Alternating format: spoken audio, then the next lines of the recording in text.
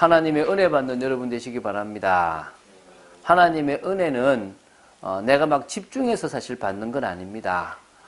그러나 어떤 의미에서 우리가 간절히 주님의 은혜를 사모한다면 하나님은 성령의 역사로 말미암아 우리의 귀를 열어서 하나님의 말씀을 들을 수 있게 하실 것이고, 우리의 눈을 열어서 하나님께서 행하셨던 역사들을 보게 해주실 것이고, 마음의 문을 열어서 성경에 있는 모든 말씀들이 믿어지고 잘 박힌 모처럼 박히게 하실 줄로 믿습니다.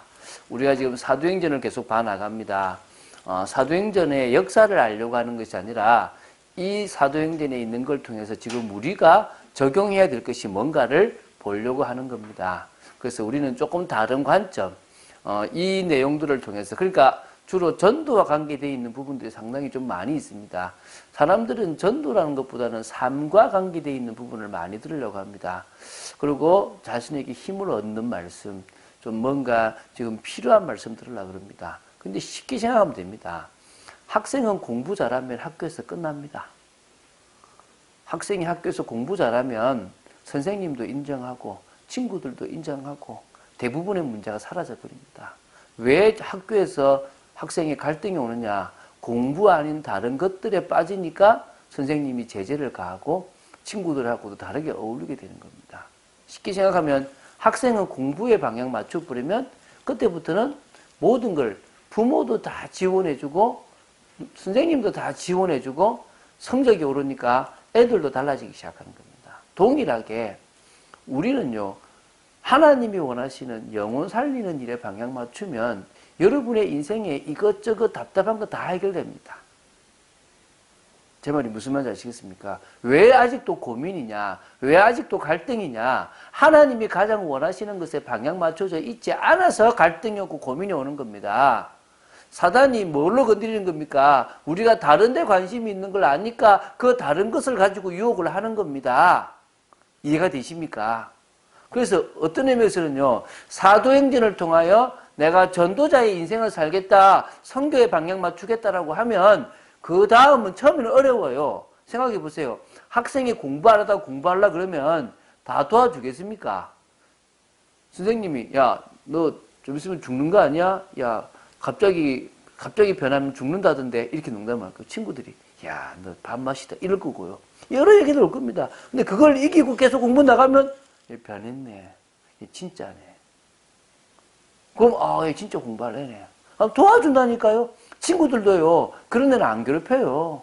어설프게 폼 잡으니까 괴롭히지.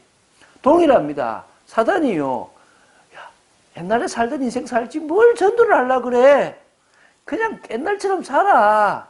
더 문제를 줍니다. 봐라, 너 전도하려고 폼 잡으니까 문제 오지 않냐라고 얘기한다니까요. 이렇게 속는 거라니까요. 나가버리면 끝나버립니다. 할렐루야. 뭐 상관없다. 난 이게 내 인생이다 가버리면요, 그 다음에 다 끝나는 겁니다. 그 안에 다 있다니까요. 학생이 공부하겠다 결단하고 나가버리면 끝나듯이 우리 하나님의 자녀 성도는요, 전도의 방향 맞추고 나아가버리면 교회도 끝나버리고 개인도 끝나버립니다.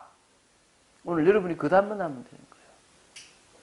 자, 하나님은요, 누구에게 응답의 문을 여시겠습니까? 누구에게 참 응답을 주시겠습니까? 믿는 자입니다. 믿는 자. 여러분, 이게 무슨 말이냐? 믿지 않기 때문에 다른 것에 집중하는 겁니다. 믿지 않기 때문에 갈등하고요, 믿지 않기 때문에 내가 내 거를 챙기는 거예요. 믿으면 왜 챙기겠습니까? 우리 딸은 저를 조금 못 믿어요. 다른 걸 못 믿는 게 아니라 믿는데, 통장에 돈을 챙겨 넣을 거라는 걸 못 믿어요. 그래가지고 밥을 먹으러 갈 때 아빠가 돈을 넣었을까? 네, 카드로 하니까. 저도 잊어먹을 때가 있거든요. 그래서 내가 어떨 때 되게 귀찮은 거 짜증나고, 알아서 할게! 이러는데 내가 미안해요. 왜? 솔직히 저도 갔는데 자녀에게 부족합니다. 그러면 되게 부끄러울 것 같아요. 어른도 그런데 애가 오죽하겠습니까? 그 친구들 같이 가면 야, 넌 뭐야? 이럴 거 아닙니까? 사실 어떤 의미에서요, 그러니까 자꾸 확인 전화를 해요. 넣었냐 안 넣었냐. 그건 제 잘못이죠. 왜? 제가 안 넣었으니까. 근데요, 어떤 의미에서는요, 우리가 진짜 하나님을 믿어버리면 돼요. 확인할 필요 없다니까요. 아멘입니까? 안 하니까 우리가 자꾸 다른 데 관심 가지는 거예요. 오늘 여러분 주님을 믿게 되길 바랍니다. 베드로처럼 고백하십시오. 주는 그리스도시요 살아계신 하나님의 아들이십니다. 주문이 아닙니다. 뭔가 계속 이거 외우면 보고는 그런 주문이 아닙니다. 문제가 왔을 때 이 고백을 하세요.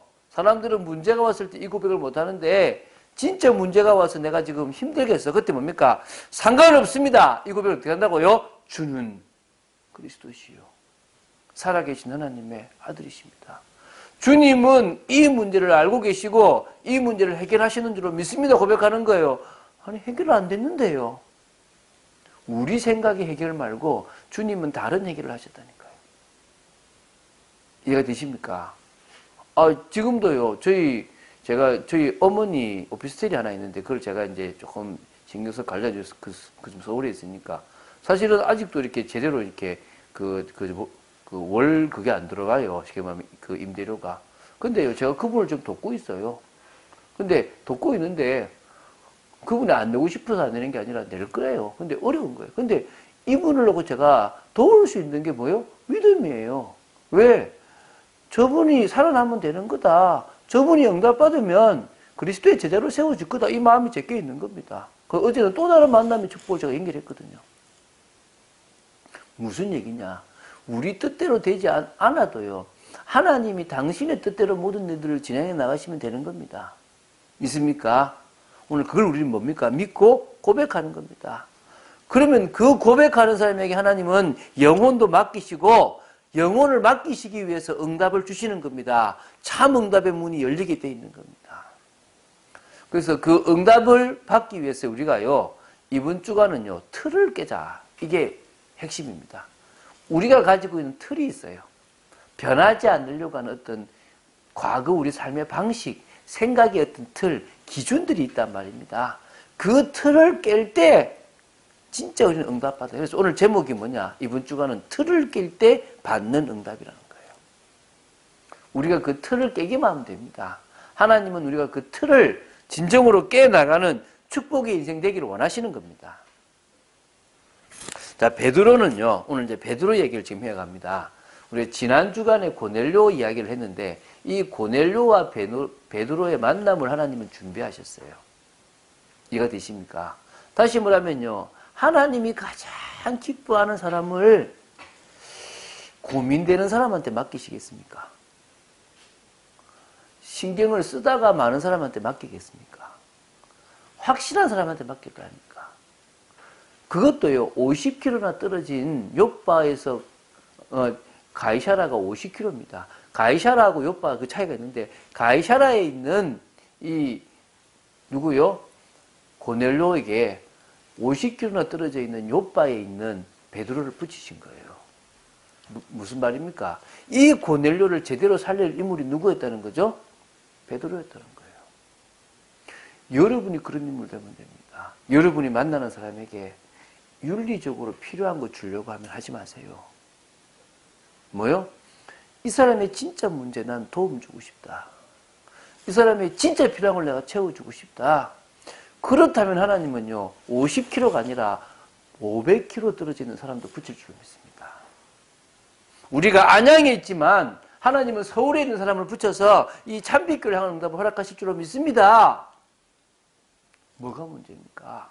여러분이 사는 데와 상관없이 하나님은 역사하신다니까요. 또 우리가 찾을 고넬료가 이방 선교의 문이 열릴 사람이라도 하나님은 붙이실 거라니까요. 믿습니까? 중요한 건 뭐란 말입니까? 정말 우리가 그런 사람 되면 됩니다. 그래서 베드로는 예수님이 세우신 전도자였단 말입니다. 이 사람한테 하나님은 고넬료와 같은 인물을 붙입니다. 그래서 먼저 베드로에 대해서 한 이야기를 해보겠습니다. 베드로가 누굽니까? 예수님이 제자입니다. 12제자 중에서 수제자라고 할 만큼 믿음으로 아주 예수님을 잘 따랐던 인물이고 영향력이 된 인물입니다. 근데 다른 것보다 그런 영향이 중요한 게 아니라 예수님이 그리스도이심을 누구보다도 분명히 알았던 인물이에요. 믿습니까?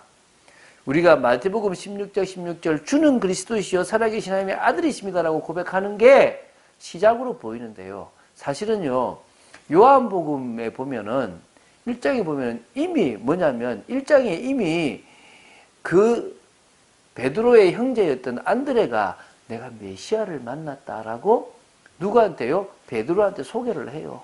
그래서 베드로가 누구를 만납니까? 메시아라고 생각되고 예수를 만나요. 그 찾아가 진짜 보니까 나중에 지나다 보니까 진짜 메시아가 맞죠. 그리스도가. 그래서 당신은 나의 주시고 당신은 나의 그리스도고 당신은 인간이 아니라 하나님의 아들입니다. 하나님입니다라고 고백을 했다는 거예요. 사도행전 4장 12절에는 이런 말씀을 하셨죠. 이런 고백을 했죠. 베드로가 뭡니까? 다른 이로서는 구원을 받을 수 없다. 천하 사람 중에 구원을 받을 만한 다른 이름을 주신 적이 없다. 저는 우리 아이들이요. 이 답이 난다 그러면 하나님이 세계를 제 아이들에게 준다고 믿습니다. 저는 이 틀이 너무 강하고 저는 무너진 게 너무 많은데요. 우리 아이들은요. 그래도 우리보다는 낫거든요. 근데 저 어린 나이 때 뭐요? 다른 이름 없다. 제가 이번에 우리 그 첫애하고 두 번째를 합숙 보내려고 그래요. 왜 보내려고 그러느냐? 이 답 내고 와라. 부모가 주는 답 말고 스스로가 이 신앙은 내한테 절대적이구나 답 내고 와라. 베드로처럼 답 내라. 저는 그게 제 마음입니다. 여러분 정말 여러분도 답 내시고 여러분의 자녀도 답 내시기 바랍니다. 그 정도가 아니라 예수가 그리스도이심을 진짜 체험해서요. 어디서요? 사도행전 2장에서. 그분이 그리스도고 그분이 성령을 주시겠다고 한 것처럼요. 참응답의 문이 열려서 그리스도를 전할 만큼의 응답이 15개 나라 사람의 문이 열릴 만큼의 응답이 왔습니다. 사도행전 3장에는요. 안전뱅이를 일으키게 됩니다. 그것 때문에요.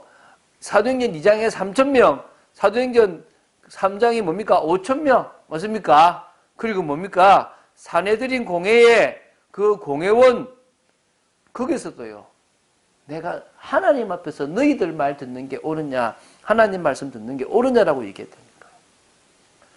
사도행전 5장 42절에요. 아예 모든 사람들이 날마다 그리스도를 증거했는데 그러면 거기에 베드로는 놀았겠습니까? 날마다 집에 있든지 성전에 있든지 예수는 그리스도라고 증거한 인생이 누굽니까? 베드로라니까요. 오늘 여러분이 이런 답 나오면 돼요. 저는 조금씩 바뀌어요. 아직도 저는요, 이익 따라가고요, 성질도 있습니다. 어제도 제가 우리 밥을 시키면 늦게 오길래 성질 좀 났는데, 성질 나면 저도 막 이렇게 무식한 말도 합니다. 그런데요, 중요한 것은요, 가면 갈수록 제가 어떻게 돼 가느냐, 조금씩 하나님의 계획과 뜻을 찾아가는 거예요. 이익관계에 있는 사람인데도요, 그렇게 하고 있습니다. 저희 어머니가 이렇게 보험을 넣었는데 만기가 된 게 있어요. 그러면 돈을 만기금이면 보험금을 줘야 되잖아요. 근데 그 보험회사에서 만기 되는 사람한테 가가지고 영업을 한 거야. 악한 것도 사실 하면 안 되죠. 그걸 제가 보니까 이미 들어가 있는 거야. 그래가지고 이제 그걸 취소하고 다른 보험을 들려고 했는데 어머니가 이제 아프시는 바람에 이 보험을 해약해야 될까 말까 하고 이제 좀 더 끌게 된 거죠. 근데 도저히 이걸 할 필요가 없고 또 이제 저희 형님이 다른 보험을 들어놔서 이제 해지를 하는 과정 속에서 이분이 이제 그래도 교회 집사님이세요. 그래서 이제 제가 좀 성질 같아서는 이제 막 악하게 하고 싶었는데 그렇게 하지 않았어요. 어떻게 했냐 그러면 좋게 풀었어요. 그래서 이제 나도 거기도 조금 반반씩 손해를 보게끔 이제 해서 마무리를 잘 지었거든요. 지금도 찬양 보내고 있습니다. 제가 다음에 저 시골 가면 한번 만나라고 생각 중입니다. 왜? 또 압니까? 어떤 전도문이 열리게 될지. 왜? 하나님이 내가 예수가 그리스도라는 것을 고백하고 어디를 가든지 내가 만나는 그 사람에게 이 복음 전하라고 이 모든 것이 나한테는 아무 문제가 안 되게끔 하나님이 하신다고 저는 믿습니다. 할렐루야. 아직 체질이 조금 안 되는 것들은 어쩔 수 없죠. 분명히 더 가게 하실 줄로 믿습니다. 여러분도 그런 인생 되시기 바랍니다. 두 번째는요. 이 베드로는 기도의 능력을 알았습니다. 사도행전 1장 12절 14절에 어찌 보면 베드로 중심으로 120명의 사람들이 마가의 다락방에 모였습니다. 왜 그렇습니까? 기도 말고는 할 것이 없었습니다. 그게 참 하나님의 은혜죠. 여러분, 여러분이 기도 말고 할 것이 없다는 게 은혜입니다. 저는 참빛교회가 은혜라고 확신합니다. 왜? 기도 말고 할 게 없어요. 믿습니까? 저는 그게 은혜라고 생각됩니다. 기도가 가장 큰 무기입니다. 기도가 가장 큰 능력입니다. 그래서요, 두려움, 위기 속에서 기도했는데 하나님은 사도행 2장의 문을 여셨던 거 아닙니까? 사도행 3장 1절에도요, 유대인들이 제9시, 그러면 항상 그랬죠. 6월 달로 오후 3시에 이스라엘 백성들은요, 성전에 가서 기도하는 시간이 있었습니다. 그때도 베드로는 기도하러 가면서 기도의 축복을 누렸습니다. 그때 하나님은 안진뱅이를 붙여가지고 살린 거 아닙니까? 산에 들인 공회에 핍박을 받고 나서도요, 사도행전 4장 23절에서 31절에도 핍박 후에도요, 모여가지고 합심으로 기도했습니다. 여러분, 짜증날 때 뭐래라고요? 기도로 푸세요. 염려로 기도로 푸시기 바랍니다. 사도행전 9장 우리 봤잖아요. 애니야와 다비다를요, 기도하는 중에 애니야를 향한 계획, 또 기도하면서 또 다비다를 살리고요. 하나님은 이런 응답들을 누구한테요? 기도의 능력을 가진 베드로에게 허락하셨다니까요. 여러분, 기도의 능력 가지시기 바랍니다. 두려워하지 말고요, 병든 사람에서 손 얹고 기도하세요. 이해가 되십니까? 사도행전 10장 9절에서 16절, 지금 오늘 본문이잖아요. 평상시. 지금요, 그냥, 베드로는요, 제6시에다가 또 뭡니까? 6을 다음에 몇 시죠? 12시. 그냥, 이 평상시 이제, 지금 여기는 성전이 아니니까, 오후 3시 기도가 아니고 뭐죠? 지금 밥 먹기 전에, 식사 차려놓고, 밥 먹기 전에, 이제 식사 준비하고 있으니까, 시장하는 찰나에, 어디 올라갑니까? 지금, 위에 좀 올라가서, 옥상이나 다락에 올라가서, 혼자 이제 기도하는 겁니다. 여러분, 제가 기도원 가서 기도해보면요. 기도를 막 하면 진짜 좀 조금 잠이 와요. 이렇게 힘들고. 그러면 기도를 하시면 싹 몽롱한 상태가 될 때, 아마 여기도 황홀한 중에, 그때 하나님 환상을 보여준 것 같아요.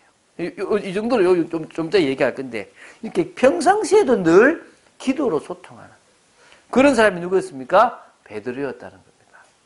근데요, 이 베드로는 현장의 복음의 영향력을 미쳤던 그런 중요한 인물입니다. 자, 예루살렘에 이 초대교회가 세워져서 든든히 섰잖아요. 그러면 그 든든히 서는 큰 역할을 누가 했겠습니까? 베드로가 했겠죠. 왜? 생각해 보세요. 사도행전 2장에 일어나서 설교한 사람이 누굽니까? 12제자가 다 일어났지만 베드로가 설교했어요. 사도행전 3장에 안진뱅이 일으킨 사람도 베드로입니다. 그렇죠? 그리고 그것 때문에 솔로몬 행각에 모였을 때 설교한 사람이 베드로입니다. 또 모여서 보고하고 또 합심으로 기도했도 베드로가 주축으로 기도했겠죠. 나중에 사도들이 지나갈 때 그때도요. 뭐요? 이 베드로가 중심이 됐다는 겁니다. 아나니아, 삽비라 그 사고 칠 때도 뭡니까? 그때도 뭡니까? 사실은 하나님을 속이고 교회를 속이는 그때도 그것을 알아낸 인물이 누굽니까? 베드로였다니까요.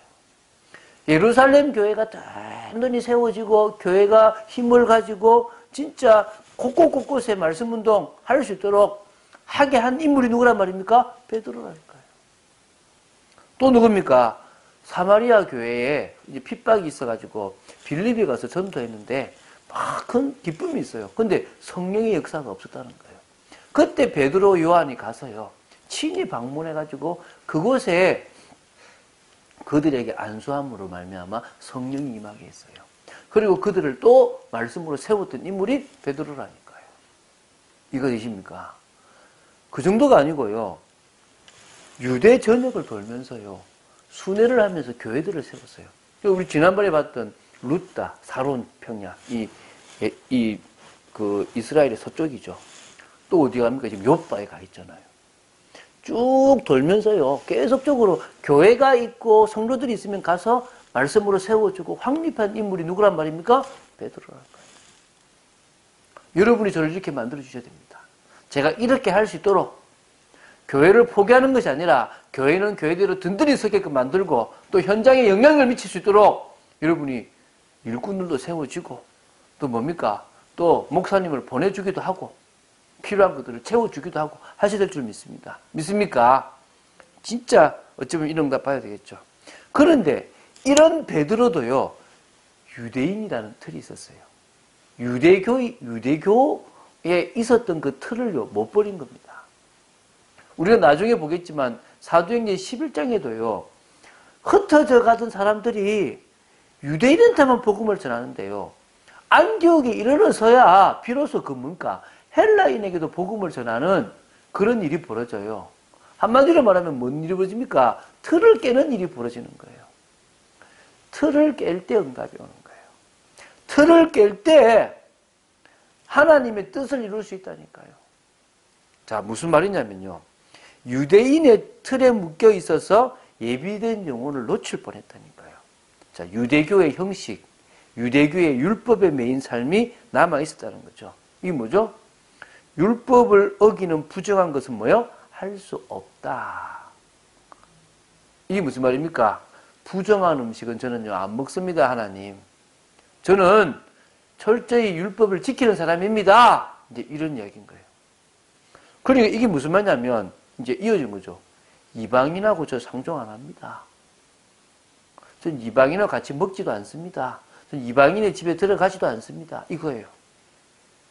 그러면, 생각해봐요. 상종 안 하면 뭐합니까? 복음 못 전하잖아요. 여러분은 없는 것 같습니까? 김진홍 목사님은요, 김진홍 목사님이라고, 둘의 마을, 있어요. 이분은요, 어떤 사람이, 술 먹고 와가지고 막 행패를 부리더래요. 그래가지고요, 술병, 대병 하나 들고요, 그 집 찾아간 거야. 맞아. 오늘 당신하고 나하고 술 먹고 오늘 단판 지어보자고. 그분이 항복하더래요. 잘못했다고. 그분 교회 나왔어요. 술 들고 가라 이 말이 아니라, 우리 같으면 뭡니까? 저런 술주정뱅이한테는 목사 가면 안 돼. 이런 생각하고 안 가버리면요, 그 영혼 못 살리잖아요. 그렇잖아요. 우리도 모르게 틀을 만들어 놓고, 저 사람은 내가 못 가는 사람, 전도 안 하는 사람, 이 사람은 전도할 사람, 이렇게 구분해놓으면 안 된다는 거예요. 지금 베드로가 이러고 있다는 거예요. 하나님의 관심이 저 사람인데, 하나님의 관심이 이방인인데 뭐 하지 못했다고요? 못 보는 거예요. 교회가요, 사람들이 많아지면요, 자꾸 관심이 다른 데가 있는 거예요. 또 말이 많아지는 거예요. 우리가 다음 주에 이제 예루살렘에서 이제 회의가 일어나요. 그 베드로를 세워놓고, 너 왜 이방인하고 같이 먹었냐? 너 왜 이방인 집에 갔냐 그래요. 못 깨달았죠. 하나님 버리지 않아요. 그런데요, 교회는 못 깨달은 사람도 있습니다. 근데 그런 사람한테 설명해야 돼요. 뭐요? 이러해서 이렇게 됐다. 아, 하나님이 이방인한테도 문을 여셨네. 이방인 전도도 해야 되겠네. 늦게 가더라도 그렇게 해야 돼요. 맞습니까? 그래서 우리는 다음 주 그 얘기 할 거예요. 우리 교회에 이런 분도 올 거고 저런 분도 올 겁니다. 그런데 같이 그들을 버리는 게 아니라 이해시키고, 또 이분은 이분대로 하고 싶은 거 하게 놔두고, 다른 일 하는 사람도 다른 일 하게끔 해줘서 교회는 같이 가야 되는 겁니다. 믿습니까? 그런 축복의 교회가 되도록 만들어야 되는 거죠. 사실은요, 이 이후에도요, 갈라디아서 2장 11절 14절에 보면요, 이때는 갔잖아요. 이때는 가서 전도됐어요. 그런데요, 이 베드로에 대한 기록을 바울이 해요. 갈라디아서에. 이게 개발하고 해서 하는데, 안디옥에 이 베드로가 잠시 온 거예요. 그래서 야고보가 보낸 이방인하고 밥을 먹다가 유대인들이 오니까요, 갑자기 일어나서 옮겨버린 거예요. 그러니까 이제 같이 먹던 바나바도 옮긴 거예요. 그래가지고 이방인들이, 이방인주의 믿는 사람들이 벙 떠버린 거예요.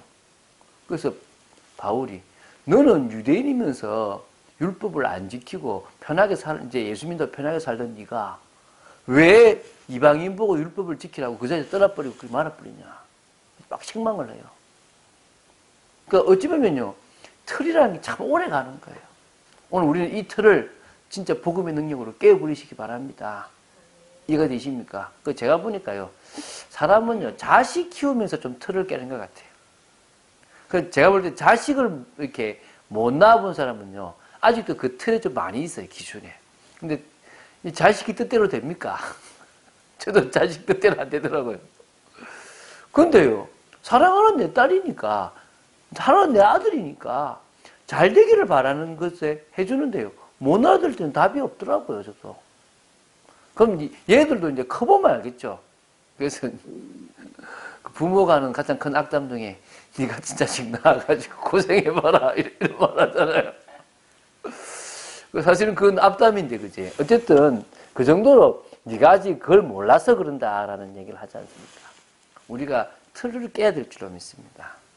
자, 베드로가요, 자신의 틀을 깨고 이방인 고넬료의 집에 복음을 전하러 갔다는 거예요. 그러니까 환상을 보여주셨어요. 그 환상이 뭡니까? 부정한 음식까지 들어가 있는 바구니 하나가, 그렇죠, 그죠? 큰 그릇이죠, 그릇. 이제 그 그릇이 그 보자기에 쌓여서 네개 메어서 땅에 내려온 겁니다. 거기에 온갖 짐승이 있는데 부정한 짐승이 있는 거예요. 그러니까 베드로는 뭐합니까? 나 못 먹습니다. 라고 얘기한 거죠. 그때 하나님 뭡니까? 내가 깨끗하게 한 거를 속죄다고 하지 마라. 3번이나 그렇게 올라갑니다. 그러고 보십시오. 자, 17절에 베드로가 본 바 환상이 무슨 뜻인지 속으로 의아해 하더니 마침 고넬료가 보낸 사람들이 시몬의 집을 찾아 문 밖에 서서 불러 묻되 베드로라 하는 시몬이 여기 유숙하느냐 하거늘. 참 시간표 잘 맞추죠, 하나님. 딱 끝나고 이 환상이 뭐지라고 하는데 똑똑똑 두드리는 거예요. 그래서 베드로가 있냐라고 묻습니다. 그 좀 19절에 보십시오. 베드로가 그 환상에 대하여 생각할 때에 이제 또 마침 성령이 돕습니다. 성령께서 그에게 말씀하시되 두 사람이 너를 찾으니, 원래 여러분 지난주에 안 봤겠지만 3명이 갔어요. 3명이 갔는데 한 명은 좀 바깥에 있는지 2사람이 두드려요. 너를 찾으니 일어나 내려가 의심하지 말고 함께 가라. 내가 그들을 보내었느니라 하시니. 그러니까 미리 말씀하시죠. 가라고. 그러니까 이제 21절입니다. 베드로가 내려가 그 사람들을 보고 이르되 내가 곧 너희가 찾는 사람인데 너희가 무슨 일로 왔느냐. 이제 그러니까 이제 이야기합니다. 그들이 대답하되 백부장 고넬료는 의인이요 하나님을 경외하는 사람이라 유대 온 족속이 칭찬하더니 그가 거룩한 천사의 지시를 받아 당신을 그 집으로 청하여 말을 들으려 하느니라 한데 베드로가 불러들여 유숙하게 하니라. 왜? 받아들이라는 거.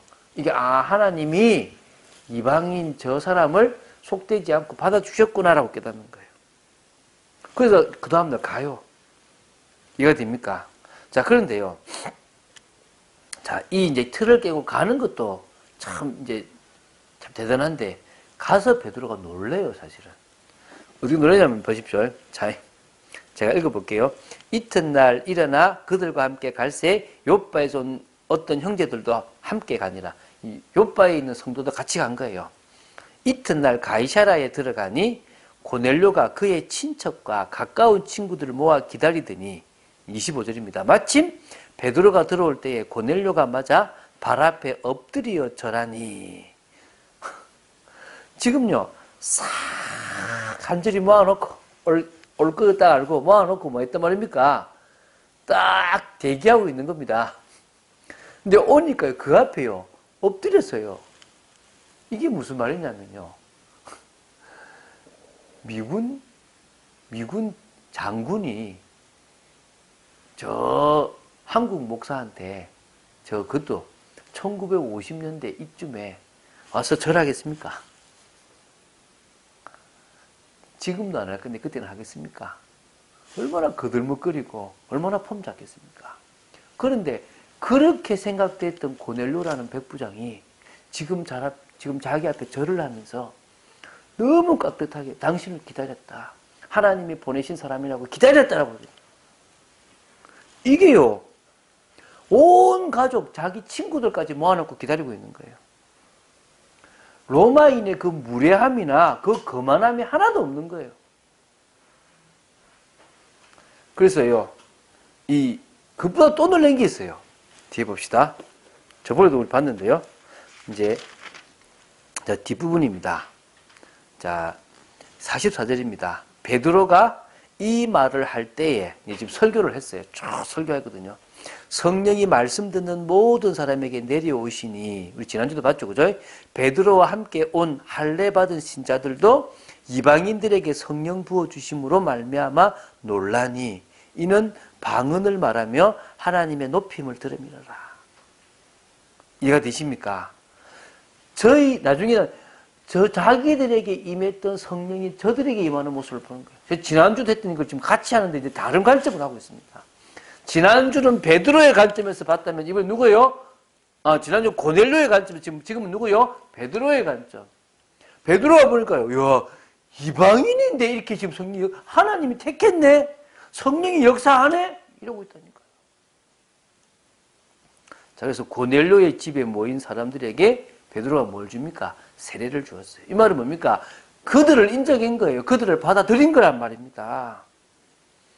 유대인이었던 베드로가요, 자신의 틀을 깨고 하나님께서 택하신 사람으로 인정하고 세례를 주었던 겁니다. 요 다음에 고넬료 가정에 대한 기록은 없어요. 자, 그러면 이렇게 받았던 고넬료 가정이 잘 먹고 잘 살기만 했겠습니까? 벌써 지금 제대로 예수 믿기 전에 자기 친척들, 친구들까지 다 전도했던 이 사람이, 고넬료가 이젠 예수 믿고 나서는 띵가띵가 놀았겠습니까? 이 기록은 없어도 아마 로마와 자기가 만나는 많은 영향력 있는 사람들에게 복음을 전했던 중요한 인물이 되지 않았겠습니까? 하나님은 이런 고넬료와 같은 사람을 우리 참빛교에 붙일 줄로 믿습니다. 꼭 저에게가 아니라 여러분에게도 붙일 수 있을 줄 믿습니다. 틀을 깨십시오. 안 된다고 생각하지 마시고. 자, 하나님의 응답을 방해하는 틀을 깰 시간표입니다. 이게 지금 우리가 응답받을 거죠. 자신에게 형성된 틀이 신앙생활의 걸림돌이 될 때가 많습니다. 우리의 신념, 우리의 철학 기준, 우리의 가치관, 우리의 삶의 방식, 우리가 맞다고 생각되는 것, 우리가 이익이라고 생각되는 중요한 것들, 우리가 인정하는 사람, 좋아하는 사람, 우리가 싫어하는 사람, 이게요, 정말 우리를 방해해요. 이것 때문에 우리가 지금까지 흔들리지 않고 살아왔지만 이게 신앙생활을 방해한다니까요. 여러분, 사람을 대할 때 고정관념, 사람을 대할 때 선입견이요, 오히려 그 사람을 받아들이지 못하고 갈등을 만듭니다. 여러분은 고정관념, 선입견을 버리시기 바랍니다. 그 사람을 있는 그대로, 하나님은 저 사람을 어떻게 보실 것인가의 눈으로 보시게 되길 바랍니다. 어떤 의미에서요, 전도에 가장 방해가 되는 게 뭡니까? 우리에게 형성된 틀이라고 생각하시면 됩니다. 이거를 무너뜨려야 되는 겁니다. 그래서 우리는 복음에 방해되는 틀을 버리기 위해서 지금 기도로 결단할 시간표입니다. 믿습니까? 자, 복음적인 신앙생활을 방해하는 개인적인 틀이 있다면 오늘 깨십시오. 자, 문화 중에 자꾸 나도 모르게 가지고 있으려는 문화 있습니까? 저는 많아요. 저도 이렇게 은근히 즐기는 문화가 있습니다. 만화도 있고, 뭐 영화를 보는 것도 있고, 드라마를 보는 것도 있습니다. 제가 드라마를 봐도 보면 조금 로맨스 이런 건 잘 안 봐요, 저 사실은. 좀 독특한 소재의 어떤 드라마를 잘 봐요. 요것도 제가 가지고 있는 좀 좋지 않은 어떤 문화겠죠. 나를 좀 편하게 만들려고 하고, 또 뭡니까? 내 어떤 취미, 취향, 복음의 사람이 되는데 방해되는 게 있다면 유익하도록 버려나가고 깨나가고 더 좋은 문화로 만들어가야 될 줄 믿습니다. 아멘입니까? 여러분, 이번에 베드로가 깼던 틀처럼 우리는 절대 안 된다고 생각되는 틀이 있다면 깨시기 바랍니다. 그럼 술도 한번 마셔도 되겠네, 이런 말이 아니에요. 술을 마시는 사람도 이해하고 받아주고, 그럼 불신자하고 결혼해도 되겠네, 그런 말이 아니고,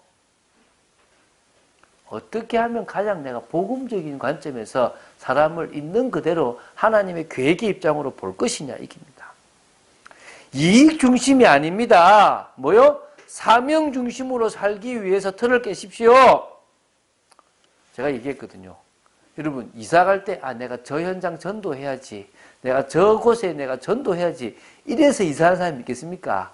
저기 가면 살기 편하겠다. 들어가 보니까 진짜 좋은 거 많더라. 그래서 이사 가잖아요. 저 집값 오르겠더라. 이사 가잖아요. 직장을 구할 때도, 친구를 사귈 때도요. 우리는 이익되는 게 아니라요. 현장에서 모든 것들을 영혼을 살리고 복음에 유익한 방향으로 할 수 있도록 여러분 바꿔보시기 바랍니다. 이해가 되십니까? 이 참빛교회도요. 전도와 선교를 할 때 이것에 방향 맞출 수 있도록 자꾸 틀을 형성할 때입니다. 제가 이야기하잖아요. 저 참 이번에 우리 중국 우리 유수비 집사님 이제 저쪽으로 가면서 느끼는 게 어떤 한편으로는요. 참 조금 이제 편한 것도 있더라고요. 좀 허전한 것도 있는데 참 중국인과 같이 있는다는 게 어렵다 하더라고요. 저는 제 틀이 있으니까 저는 우리 좀 자녀들한테도 막 당연히 이해하고 받아주려고 노력 많이 했어요. 근데 사실 받아주는 게 사실 좀 힘들 때도 있더라고요. 왜? 이거는 그들이 잘못됐고 내가 옳았다가 아니라 문화적 차이가 있더라는 거예요. 그래서 이게 참 진짜 우리가 좀 큰 교회가 되는 중에 이렇게 오는 것도 아니니까 성도들이 왔다가 가버리는 경우들도 생기더라는 거죠. 왜? 조금 시끄럽기도 하고 통역도 있고 하니까. 그래서 참 이게 쉽지 않은 거다. 그러면서 이거 앞으로 진짜 전 세계 한 240개 나라 살려야 되는데 이거 참 이거 틀을 어떻게 형성할까 이런 고민을 좀 하게 됐어요. 사실은 제가 그래서 제가 지금도 연락하고 너무 좋아하고 이렇게 있거든요. 왜냐하면 저는 정말 도왔으니까. 저는 우리 참빛교회 도왔는데 물론 아쉬운 것도 있겠죠. 그분들에게 필요한 걸 100% 못 도왔을 거니까. 그러나 참빛교회가 할 수 있는 도움을 저는 줬다고 생각됩니다. 근데 이제 여러분들은 안 불편하게 저만 불편했겠지. 근데 참 좀 힘들다는 거죠. 이 다른 나라 사람들을 키운다, 이게 같이 있다는 게. 그래서 참빛교회가 어떻게 하면 이런 틀들을 형성할 것인가에 대한 고민들을 좀 해봤던 시간표였던 것 같아요. 자, 베드로에게 문을 여셨던 것처럼 하나님은 우리에게도 열어주실 줄로 믿습니다. 할렐루야. 참빛교회에 함께 인도받을 영혼의 응답을 우리가 진짜 받아 누릴 수 있도록 우리가 틀을 깬다면 하나님은 허락하실 줄로 믿습니다. 우리의 걸음을 통해서 하나님은 주실 줄로 믿습니다. 고넬료처럼 귀한 영혼들을 붙여주셔서 선교의 문도 열게 하실 줄로 믿습니다. 집중의 시간표입니다. 참된 집중해서 응답받는 여러분 되시기를 주 예수 그리스도 이름으로 축원드립니다. 이제 기도하겠습니다. 주는 그리스도시요 살아계신 하나님의 아들이심을 고백합니다. 사도행전을 봐나가는데 어떨 때는 저한테 어려울 때도 있습니다. 또 이게 역사적인 것만 설명하는 것이 아니라 지금 우리의 시간표에 우리가 인도받고 응답받을 것들을 찾는다는 게 저로서는 어려울 때도 있습니다. 그러나 아버지 성경 말씀을 통하여 답을 주시는 분은 제가 아니라 주님이신 줄로 믿습니다. 우리가 가지고 있는 틀을 깰 수 있도록 역사하여 주시옵시고 우리가 이익을 따라가는 것이 아니라 어디에 있고 무엇을 해야 될 것인지를 생각하고 인도받고 하나님이 원하시는 그런 일에 생을 걸 만큼 축복을 허락하여 주시옵소서. 그래서 학생이 공부할 때 모든 것이 다 해결되는 것처럼 저희들이 또 참빛교회가 전도와 선교에 방향 맞춰 나갈 때 하나님은 모든 것을 해결하실 줄로 믿습니다. 주 예수 그리스도 이름으로 기도드립니다. 아멘.